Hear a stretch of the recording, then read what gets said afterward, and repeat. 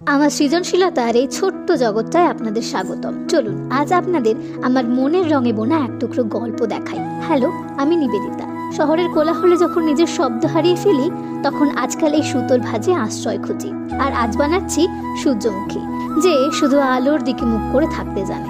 আমিও তো ওর মতোই হতে চেয়েছিলাম। অন্ধকারকে পিছনে ফেলে শুধু রোদ্দুরটুকু শুষে নিই, একটা একটা করে হলুদ পাপড়ি বুনি, আর ভাবি জীবনটাও তো এমনই, বারবার থমকে যাওয়া, আবার নতুন করে একটা ঘর তোলা।